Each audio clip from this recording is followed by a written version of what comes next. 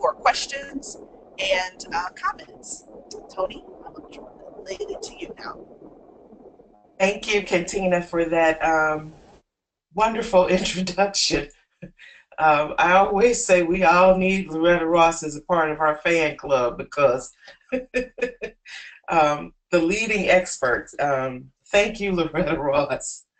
Um, I am delighted to be here and doing this webinar. When I think about the work around at the intersection of religion and reproductive justice, for me, it's all resistance. Resistance to the restrictive um, policies and laws around reproductive health rights and justice. I consider it um, all a form of resistance. And so what I'm going to talk about today is really going to be about what does it look like, or what does it mean to create spaces at your faith-based institutions, in your congregation, that are grounded in reproductive justice and that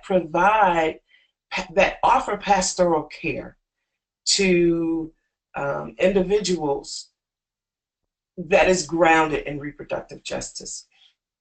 And Katina told you about my background and a little bit about my scholarship, but my dissertation work is going to focus on work at the intersection of religion and reproductive justice, as I will be looking at the reproductive and sexual attitudes and behaviors of Black women around their reproductive health compared with what their respective religious institutions tell them. And so looking forward to what comes out of that data. And so I hope that today, after we hear what I have to present, that we can really have some fruitful dialogue and discussion, because I think that all of us have some important lessons learned that we could share with each other, and want to hear from some of you about what some of your best practices have been as well. So let's jump right in.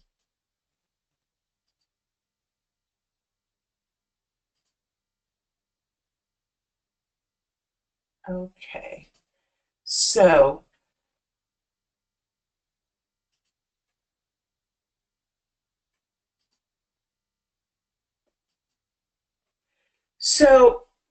one of the things that one of the first steps, as I see it, in terms of creating spaces for reproductive justice, the first thing that I think that um, groups need to do, individuals need to do, is really become grounded in reproductive justice. Oftentimes, or I should say many times, I've heard people say, well, reproductive justice, it replaces reproductive health or the reproductive rights framework, and that's not true. Reproductive justice stands on its own. Reproductive justice was created um, um, as a way for women of color to center themselves in the discourse. And so it wasn't to replace the reproductive health rights frameworks. It was created in addition to, so to speak. And it wasn't created to take value away from the reproductive rights framework or the reproductive health framework. All three frameworks have value in and of themselves. And there is no reason to talk about the three frameworks in a way that says one discounts the other, when in fact we need all three.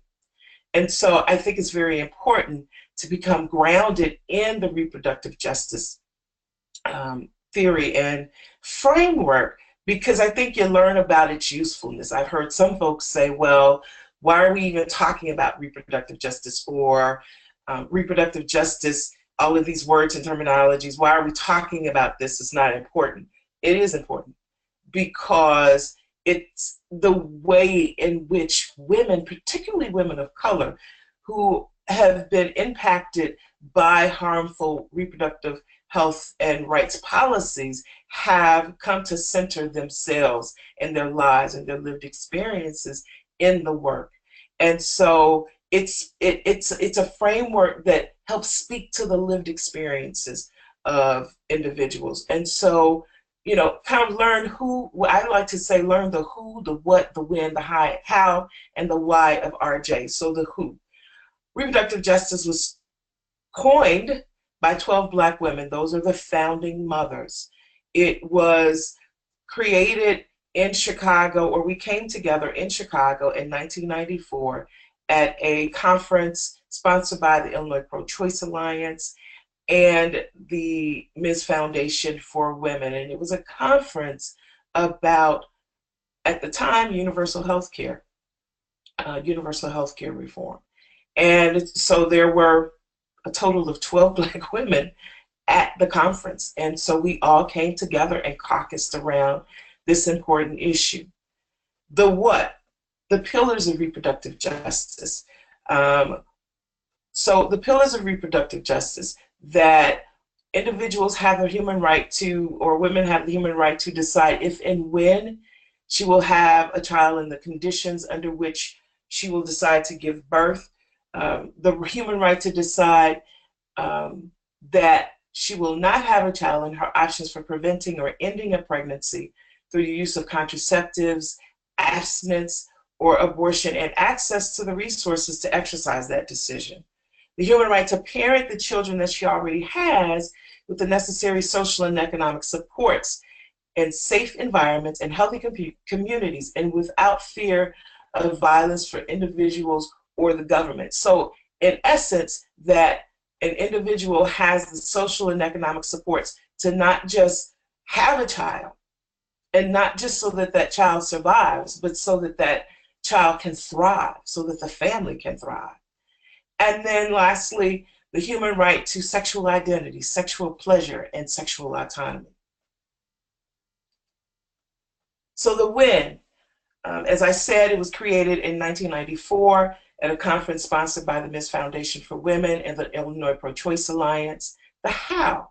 So reproductive justice really brings together Black feminist theory, issues of sexism, classism, gender oppression, and racism, and says that they are inextricably bound, and brings that together with the human rights framework, which really talks about our civil, political, economic, social, cultural, environmental, developmental, and sexual rights. So the why. It was initially, we initially came together to seize this political moment that had been presented by the conversation or the debate around universal health care reform by the Clinton administration. But it became something greater. It grew into this theoretical framework that has really centered women of color in the discourse, and has become a multi-pronged strategic approach to ending all forms of reproductive and sexual oppression. And so when we talk about what it means to create spaces for reproductive justice, for when I think about creating that spaces, I think about what it means to create those spaces in the spirit of reproductive justice. And so, really in the creating spaces in the spirit of reproductive justice, it means creating opportunities for people to both self-identify and to learn while we're all at the table.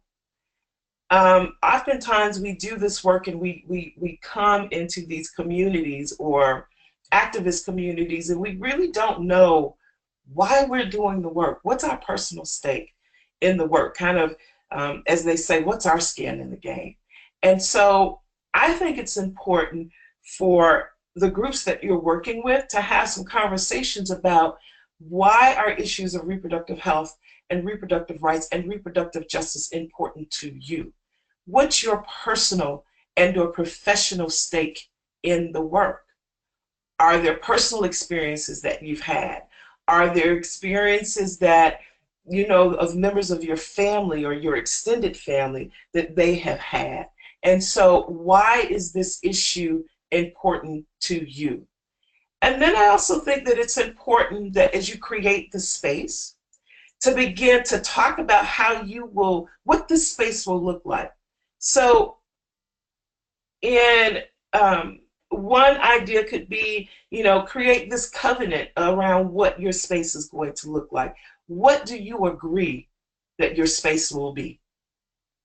What will you do in this space? What reproductive health and rights and justice issues will you work on? Who will you support? Meaning, what are some of the groups that you will work in collaboration with? What are some of the advocacy issues that you will be vocal about? What will be the services that you will offer? Will you offer both pastoral care on reproductive health and reproductive loss issues and reproductive decision-making issues, or will you offer specialize in just one? What will RJ look like at your faith institution or within your congregation? I think it's important to kind of make those distinctions. And then I also think it's important to spend some time talking about what your faith tradition teaches about reproduction and sexuality. What does your faith tradition have to say about women's bodies? What does it have to say about premarital sex? What does it have to say about menstrual bleeding? What does it have to say about abortion, same-gender loving, or transgender issues? It's important to have those kinds of conversations. And then it's also important to take some time to learn about what other faith traditions say about issues of reproduction and sexuality, because oftentimes you may find that you are talking to individuals who may walk in multiple traditions. For instance, I am a part of the Christian tradition and also a part of a form of indigenous African spirituality called Ifa. So I walk in two different traditions. And so it's important to kind of keep this in mind, that sometimes when people come for support, they may walk in two different traditions. And then there's also a need to understand that some people don't have a particular tradition. They may be atheist or they may be agnostic, but they still may need some type of support around some decisions or some form of loss that they have experienced. And so why do we even need to do this work through this lens of reproductive justice? Because it broadens our strategic analysis. And that is why we need to add this lens of reproductive justice to the pastoral care that we are offering. Because it's not just about the issue of abortion or privacy, because those issues alone don't define the full scope of women's reproductive health issues. And it also helps us develop new ways about thinking and strategizing and organizing and creating different alliances that respect and support the leadership and experiences of women of color. And then it also defines what our common problem is, which is really reproductive and sexual oppression. So when we can define our problem that way, we can develop this more inclusive and catalytic vision of what it means to move forward on issues like violence against women, economic injustice, the environment, violence against Black bodies, Black and brown bodies. And so it really helps us develop this broad analysis, strategic analysis, and begin to work at the intersections of the issues. What exactly is reproductive oppression? So after the founding mothers came together in '94 and coined the phrase of reproductive justice and kind of laid the initial kind of foundation for reproductive justice, if you will, the work continued. It was a little dormant at first, but then it kind of picked up and continued through the efforts of Sister Song Women of Color Reproductive Justice Collective, who has been just instrumental in really working to flesh out this framework even more. And thanks to the efforts of Sister Song and under the leadership of Loretta Ross and Monica Simpson, and really fleshing out this framework even more. And also Asian Communities for Reproductive Justice, who's now Forward Together, who came up with this new vision of reproductive justice, and said that reproductive, and really defined what reproductive oppression was, and said that reproductive oppression is defined as the regulation and exploitation of women and girls, both biologically and socially, through the body, sexuality, and reproduction, by families, communities, institutions, and society through the use of multiple tools of oppression based on race, gender, and class. And so it was through the efforts of these groups and these individuals who really helped to kind of further fashion and shape, if you will, what the theory and framework of reproductive justice has now become. So what are the core standards of reproductive justice? And looking at them, along with what some of our various faith traditions teach us. So intersectionality. So it recognizes that there are overlapping forms of oppression, that individuals don't just, oppressed people don't just experience one form of oppression.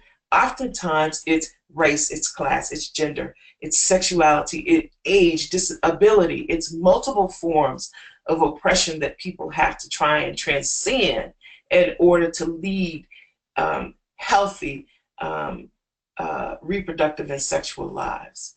And it's grounded in human rights. And so it says that we have these inalienable rights that we are that we are entitled to realize and to exercise and to be able to make decisions, and that we have the moral capacity and the moral authority to make decisions about our lives and bodies.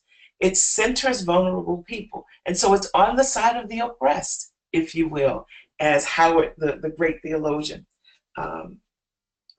theologians Howard Thurman and James Cone talk about. It's on the side of the oppressed, meaning that the voices of those who have been the most downtrodden, the voices of those who have these rich lived experiences that we all need to learn from, are the ones whose voices that we need to hear from. It links the local to the global. And so there is this network of mutuality that, as Dr. King spoke of, we are all in this inextricable network of mutuality, where what happens to me happens to impact someone else. And so what happens here locally has global implications, as we know with, for instance, the global gag rule that has been reinstated, and that has been expanded now to have local impact. It links individuals to structures of inequality. And so there's a power shift with reproductive justice. And it says, and it says that the power to change systems, to impact policy, doesn't just lie with those who have the most access, but has to also lie with those individuals who are experiencing the greatest forms of oppression. So there's a power shift. And so it moves the people who have been on the margins of the movement to the center of the movement. And also says that through their lived experiences, they are the experts on their lives and on these issues. And so their leadership must be supported and helped to be developed, so that they become the voices and the leadership of this movement. It addresses cultural assumptions, and so it dismantles the tropes and myths and stereotypes about women of color are not interested in or are not active in reproductive health rights issues, that we have been silent victims in our oppression. And so it dismantles that cultural assumption. For instance, when in 2010, there were billboards that came out that targeted Black women and saying that Black women, the most dangerous place for a Black child is the Black woman's womb.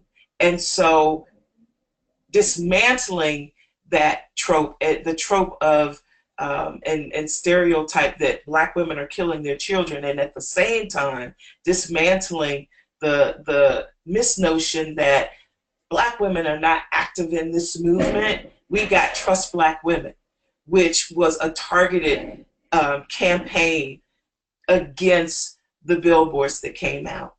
And it builds power of the most affected people. So again, moves those who have been the most impacted by harmful policies from the margins to the center of the discourse. And so this is a drawing that by an activist named Miriam Perez, RJ activist by Miriam Perez, that I just, I saw it, I wanted to lift it up and value it, and I thought it spoke to what reproductive justice looks like so well. So, we've got this person in the center, right? And so we've got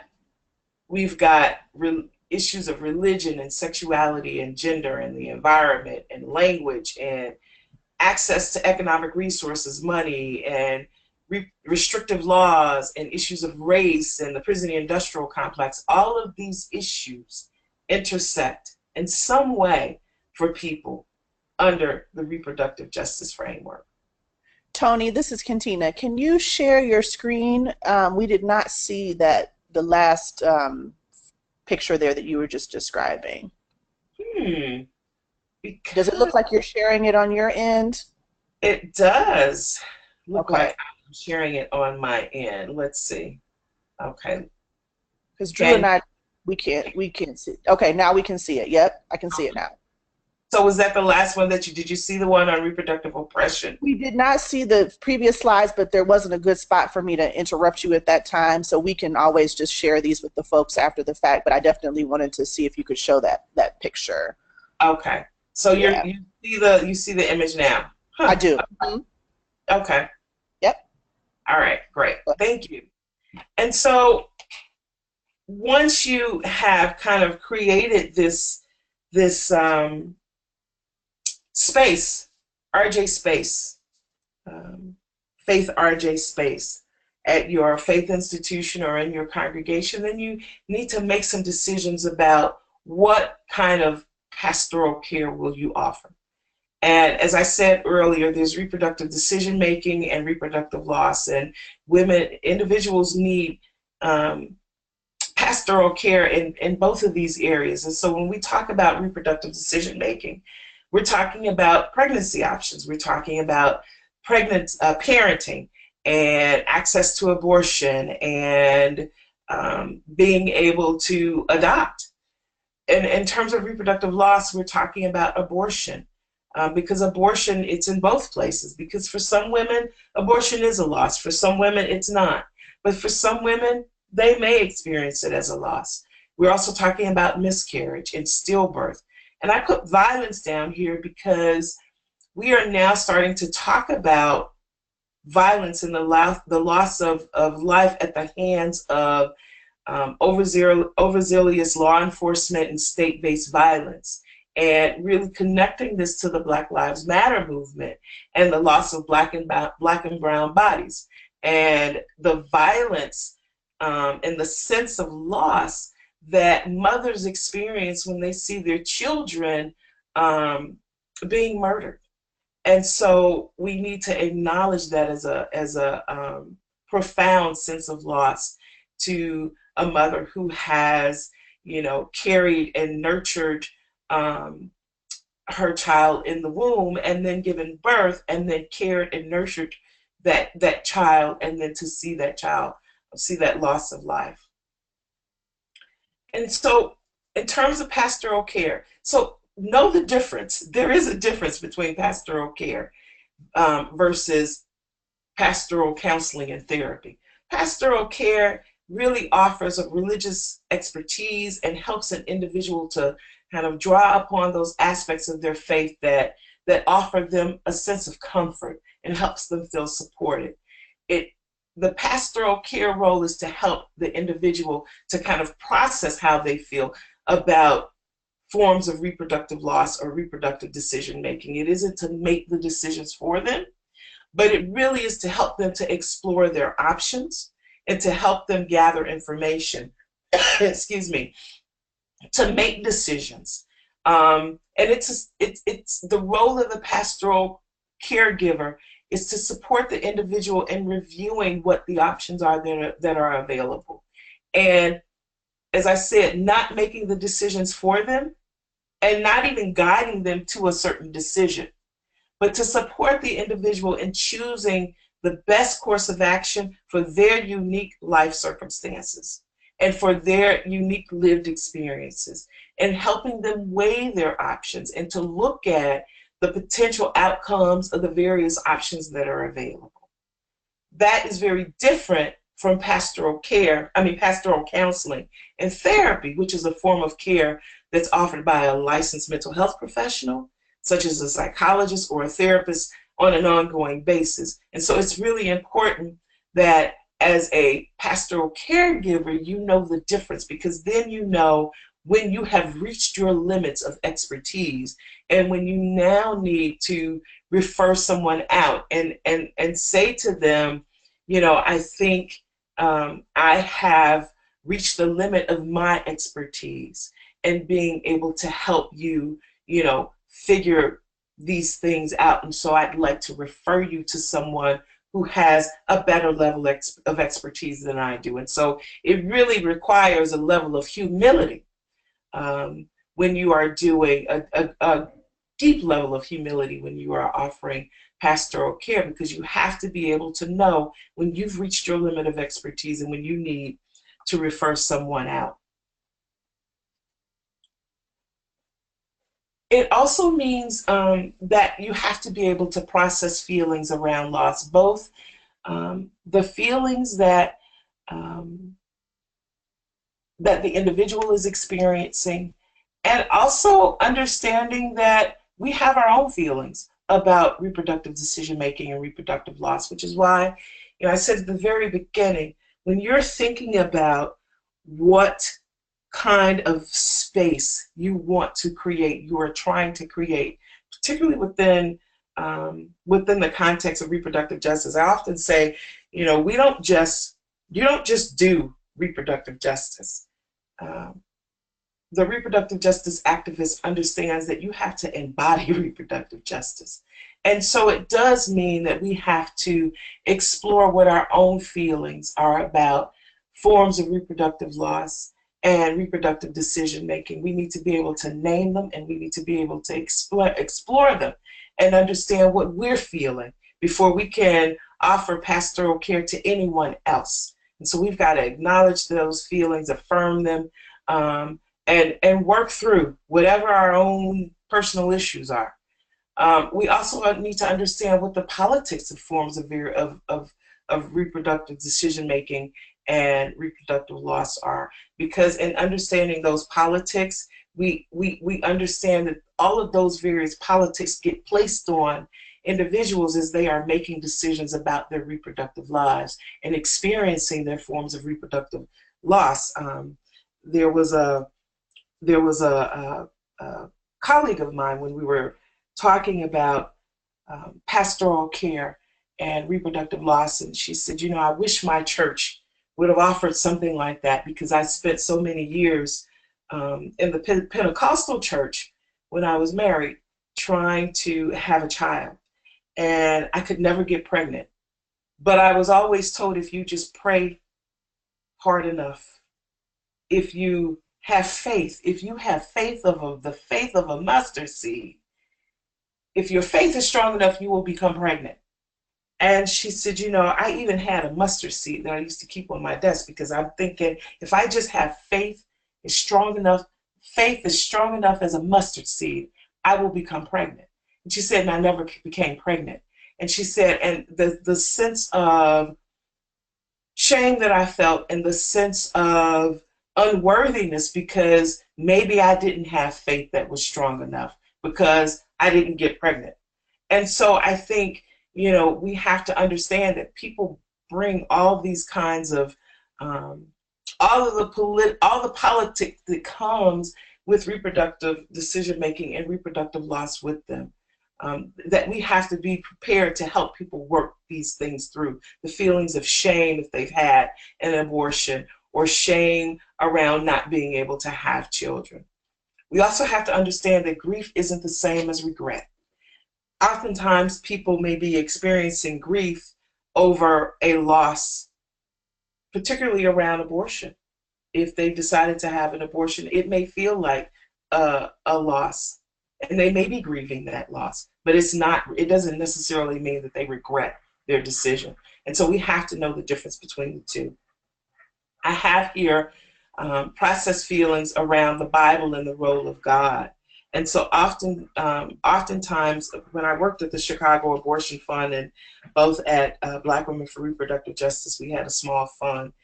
Women would call and say, is God going to be disappointed in me? Or is God going to blame me? Am I going to be punished by God? And it's important for, this is why I said earlier, for us to be familiar with what various faith traditions say and what the teachings are. Because in Christianity, in the Bible, we know that the Bible doesn't say anything about abortion. And so it's important for us to know what other traditions say about the topic of abortion.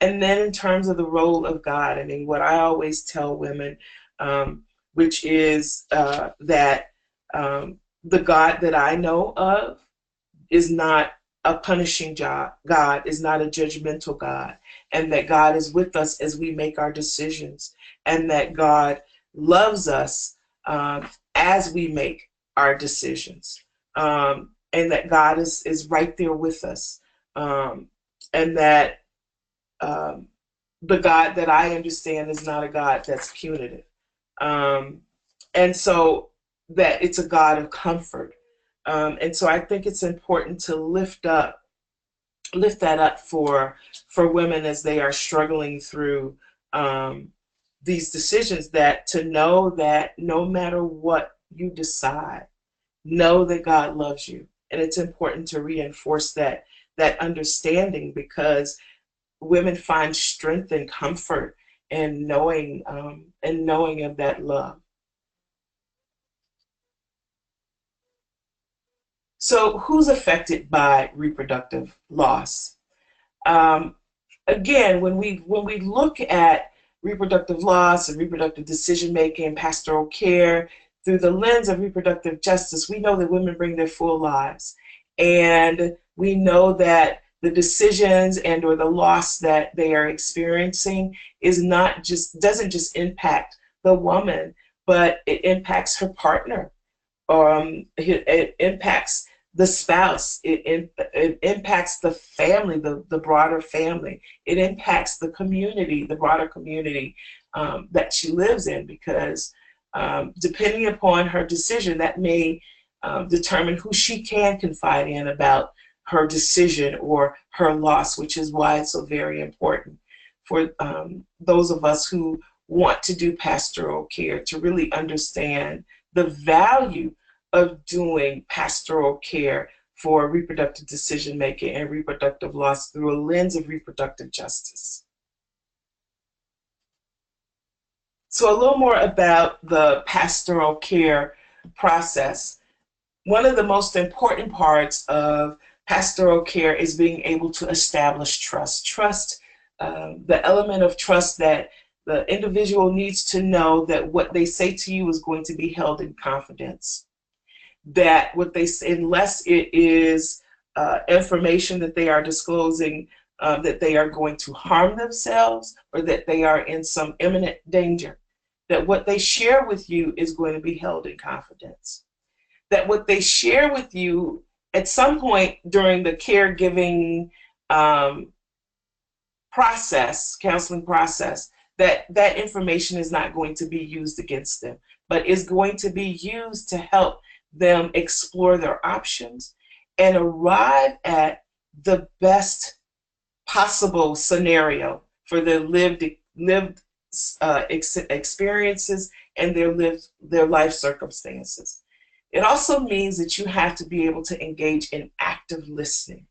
And so that means not listening, waiting for them to stop talking so you can tell them what you think, but really attentively and intentionally listening to what they are saying. Are you hearing them say that they feel shamed? Are you hearing them say that they don't feel supported, they don't have a support network? Or are you hearing them say that the decision that they made perhaps around getting an abortion, they had to scrape together monies to get the abortion, and they had to borrow from people, or they had to sell or pawn something, or they may have acquired some debt as a result of having to pay for the abortion. You need to actively listen to what people are saying. Your approach needs to be one of care and support, of compassion, of empathy, of wanting to be a caregiver. And so there is a certain kind of approach and stance. You need to, look at people as they are talking to you and let them know that you are hearing what they say. So as they are, as you are responding to them, I hear you saying this or that. Is that correct? Or I'm sensing that. People need to know that you are really present with them, and also helping them to identify exactly what the problem is. Sometimes people come in need of pastoral care and around reproductive decision making and reproductive loss, and they may come saying that they have one problem, but there may be all these ancillary problems that they are facing as well. As I said earlier, they may be experiencing some debt around pulling together the money to get their abortion, or if it's a same gender loving couple who may have been through multiple numbers of infertility or fertility treatments, and they have maxed out the monies that they had available. Those are other kind of ancillary issues that they are confronting. For instance, that they've maxed out their money, but they still want to have children and may still want to get additional fertility treatments. And so, just be mindful that people don't just come with one part of it, one problem, but there may be multiple parts to their problem. So what's the way to healing? The role of the pastoral caregiver is to really offer spiritual comfort. And as I said earlier, to assure individuals that no matter what they decide, no matter what loss they are experiencing, that God is right there with them, and that God loves them. Also being able to offer them resources. If you are offering care, pastoral care to someone who is in the midst of making the decision to have, for instance, an abortion, what resources can you offer that individual if they are saying, I don't have the money I want this abortion, but I don't have the money? Then you need to be able to refer them to a national network of abortion funds or a local abortion fund that's in their area. In terms of closure, you need to be able to, as a part of your pastoral care process, at the end of your session with them, you have to know how to close them up. As Billy Avery, the mother of the Black Women's Health Imperative, founder of the Black Women's Health Imperative and mother of Black Women's Health Movement, would oftentimes say, you have to be able to, after you self-help people through a process, you have to be able to close them up and ensure that you have heard all they've had to say, you've been present and intentionally present with them, and that you have given them the attention and the support and the resources and the referrals and the things that they need so that they can now go and weigh all that you have presented them with, and all that they have to think about. And lastly, most importantly, self-care for the pastoral caregiver, because your role as the pastoral care person is, if you think of it kind of like this sponge. And so people come to you with their concerns and issues, and so you have to be able to have a person, a network, someplace to go to be able to say, you know, this has been a really challenging um, time for me, or session for me, or I found, you know, what's going on with the restrictive pieces of legislation, what's going on with efforts to dismantle the Affordable Care Act. I find that to be really troubling and really challenging. And so you have to have somebody or some network to be able to go and release and talk about those issues. And so it's important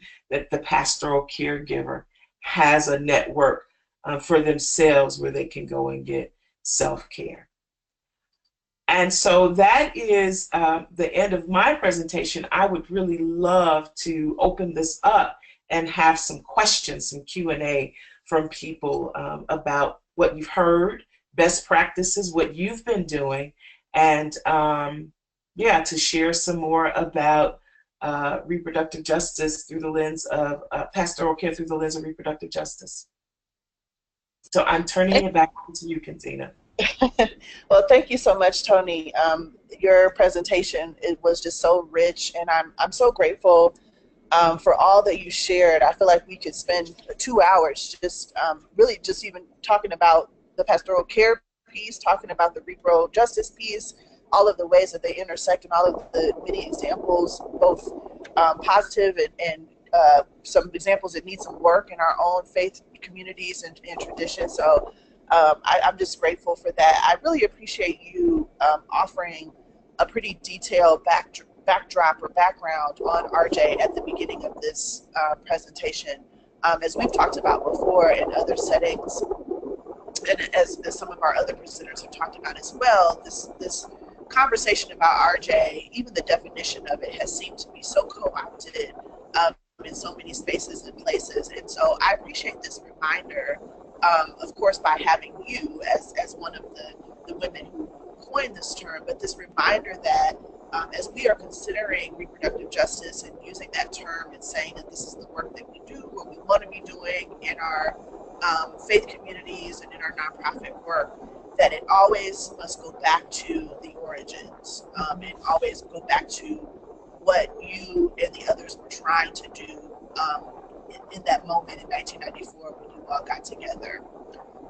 One of the things that came up, so in that same vein, one of the questions I had for you as I was thinking about this is, what would you say to, and maybe this has even come up in conversations that you've had in your work, to the pastor or the rabbi that is leading a predominantly white or all white congregation, and they want to talk about reproductive justice, they want to even employ some of the theories and the framework and many of the practical tools that you put forth for us today, but they're in a congregation where people are like, so what? This doesn't affect me, or I can't relate to this because I'm not a woman of color. What would you say? Because we may have some of those folks that are watching today that are in those contexts, but they want to push past some of that resistance. Do you have any thoughts about that? Well, the first thing that I would offer is that reproductive justice isn't just for women of color. Reproductive justice is for all individuals who are experiencing varying forms of reproductive and sexual oppression. It just so happens to be a framework that was created by Black women and women of color, where we felt the need that we needed to center ourselves in this discourse.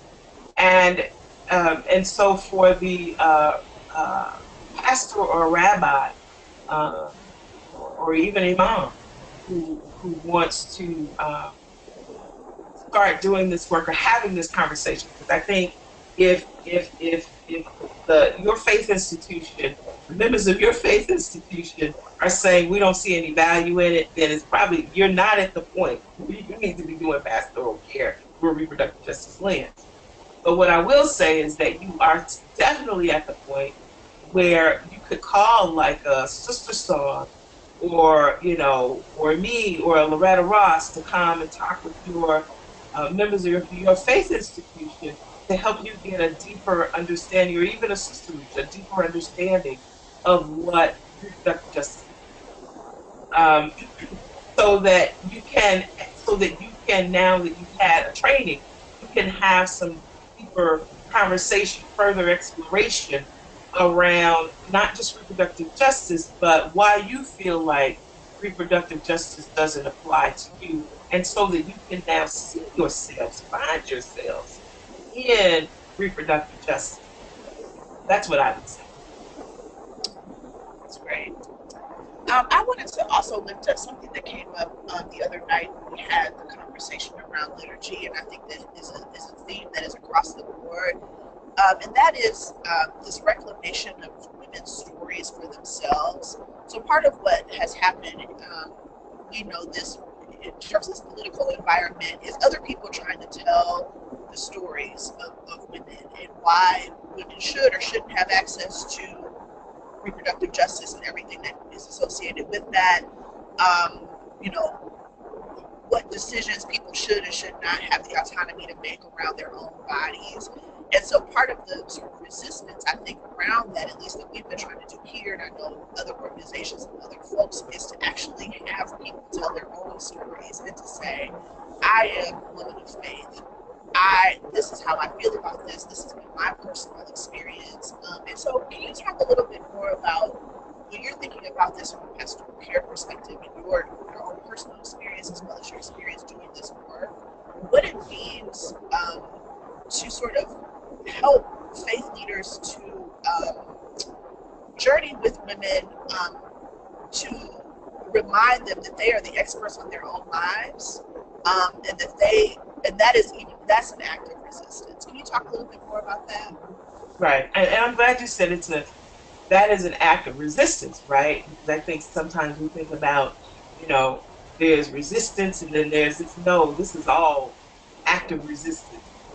I think for the person of faith, and journeying with individuals around decisions of reproductive decisions and reproductive loss, if you have the capacity to be able to share your personal lived experience, I think it shows women that they are not alone, that someone else has had to make this decision. Someone else who is a person of faith has had to make this decision. But I don't think that the expectation should be that every person of faith that has had a reproductive an experience around abortion or miscarriage or stillbirth or with infertility has to share their story. But I do think that we need to talk about the value of when people of faith leaders can share their lived experiences. I mean, I share my story and I say that I am a woman who has had multiple abortions. And I talk about why I had multiple abortions, because it's important to hear that story in context, and to know that I wasn't just a woman who had multiple abortions because I just didn't care and kept getting pregnant. No, I was a woman who had multiple abortions because nobody ever took the time to tell me how not to become pregnant. And so there's value in that story. There's value in that lived experience. So I think it's very powerful when people of faith are willing to share their story, and it has nothing to do about who's courageous and who's not. But it is to say that for those who are people of faith and religious leaders and even those of us who are in the academy, religious scholars, to be willing to share our lived experiences, because it puts it humanizes, right? It humanizes, and it's in the spirit of RJ. It humanizes individuals and their stories, their lived experience. Absolutely. As we wrap up a little bit here, I'm glad that you brought up the academy, which is where you're situated most of the time right now, anyway, as you as you make your way through your program. But talking about some of the growing edges in the academy around this topic, there are a few seminaries where reproductive justice is being talked about on any kind of consistent basis. Certainly, even if there are student groups on campus, like I said, that's few and far between. If you get anything in the classroom in pastoral care, you might get something maybe about not abortion, about miscarriage, or about infertility, maybe in an introductory course. I often share the story that everything that I learned about the spectrum of reproductive loss and reproductive decision making, I learned at CBE. We never talked about how to minister or care for a woman and her family, because it is a holistic scenario that was experiencing the wide range of reproductive loss. And so I wonder, for somebody who has lived in the academy as well as done this work in sort of nonprofit and parent church, suggestions that you have for students who are trying to figure out how to approach this in their first cause. They get out and they're in their first church or their first synagogue, and they have some folks in their congregation who are struggling, who come to them who are struggling, and they realize that they haven't had any experience. What kind of tips or tools might you suggest for them? You make a really important point. I mean, so many seminaries talk about um, don't talk about reproductive justice, or talk about forms of reproductive decision making or reproductive loss of sexuality, for that matter. So you have future religious leaders who are being prepared theologically, but not equipped to be Yes. able to really minister uh, fully uh, to their congregation, because they don't understand that they will be there. The women may not even come to them, right? But there are women in your congregation who have experienced a reproductive loss or trying to make a reproductive decision. And so I would say familiarize yourselves with the resources in the Religious Institute, and Sister Reach and Sister Song, and once I get out of the academy, Toni Leonard. I mean, all of those resources exist, right? And to avail yourselves of those resources, and most importantly, whenever you see a training offer for reproductive justice, or if you want to have one for your congregation, contact those, as I said, Sister Song or Red Ross, or me, or Sister Reach, and have us come with a training for your congregation. Um, but specifically a training around the intersection of religion and reproductive justice, and what that means, and use that as an opportunity to help your congregation figure out what role it will play, and who and what it is going to be, um, in terms of a faith-based institution that is concerned about issues of reproductive health, rights, and justice. That would be my advice. And if you're a student, push and ask your seminary, can we please have some training around pastoral care, around reproductive decision making and reproductive loss, and this thing called reproductive justice, and who are the people that I know that you should ask to come, the people I think you should ask to come to our campuses. That's what I would Yeah. say.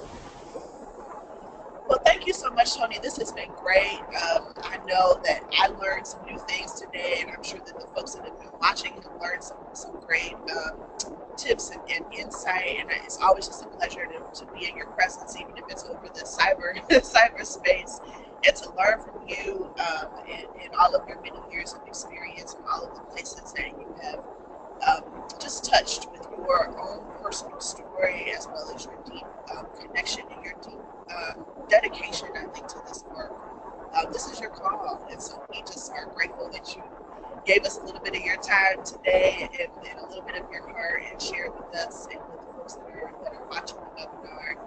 And I know that you said you'll prepare a few of the slides, and so we can share those with people.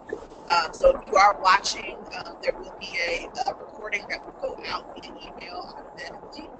And after this, if you want to watch this again, and we'll include some of the slides that Toni was using today as she was walking through her presentation, so you'll have those as a resource for you. So thank you so much. Thank you. This has been fun. This has been a pleasure.